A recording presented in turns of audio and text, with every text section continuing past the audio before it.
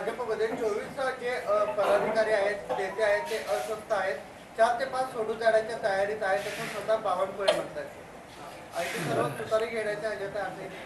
मला ठाऊक आहे. सर, महाराष्ट्राच्या विधानसभेच्या निवडणुकीत तोंडावर महाविकास आघाडीचा मुख्यमंत्री पदाचा चेहरा अजून जाहीर झालेला नाही आणि ठाकरेंनी सुद्धा काँग्रेस आणि राष्ट्रवादीकडे असे केले, तुम्ही जाहीर करा, माझा त्याला पाठिंबाचं कुठं घोडा आणले मुख्यमंत्री पदाच्या चेहऱ्याच्या निवडणुकीला सामोरं जातात? अजिबात आलेले नाही. त्याचा आत्ता विचार करायचं काही कारण नाही. अनेक वेळा असं घडलं की नेतृत्व कोणी करायचं ही निवडणूक झाल्याच्या नंतर संख्या असल्याच्या नंतर निर्णय घ्यायचा असतो. आज कशाचा काही पत्ता नाही. अजून बहुमत आहे, बहुमत मिळेल असं वातावरण आहे, त्याच्याबद्दल शंका नाही. पण त्यासाठी आत्ताच काही बांधणी करण्याची आवश्यकता नाही आहे.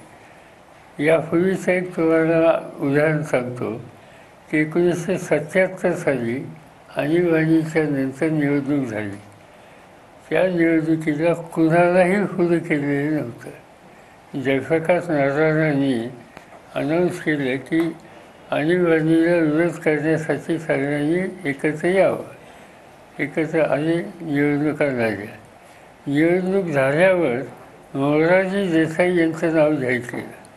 निवडणुकीत मतं मागताना मोरारजीबाईंचं नाव कधीही जाहीर केलेलं नव्हतं आणि त्यामुळे आत्ताच नाव जाहीर केलं पाहिजे या आग्रह करण्याची काही आवश्यकता नाही आहे.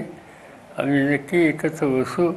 एका विचारानं लोकांचा पाठिंबा मिळाल्याच्यानंतर एक स्थिर पर्याय सरकार या राज्यात आणि देशात देऊ.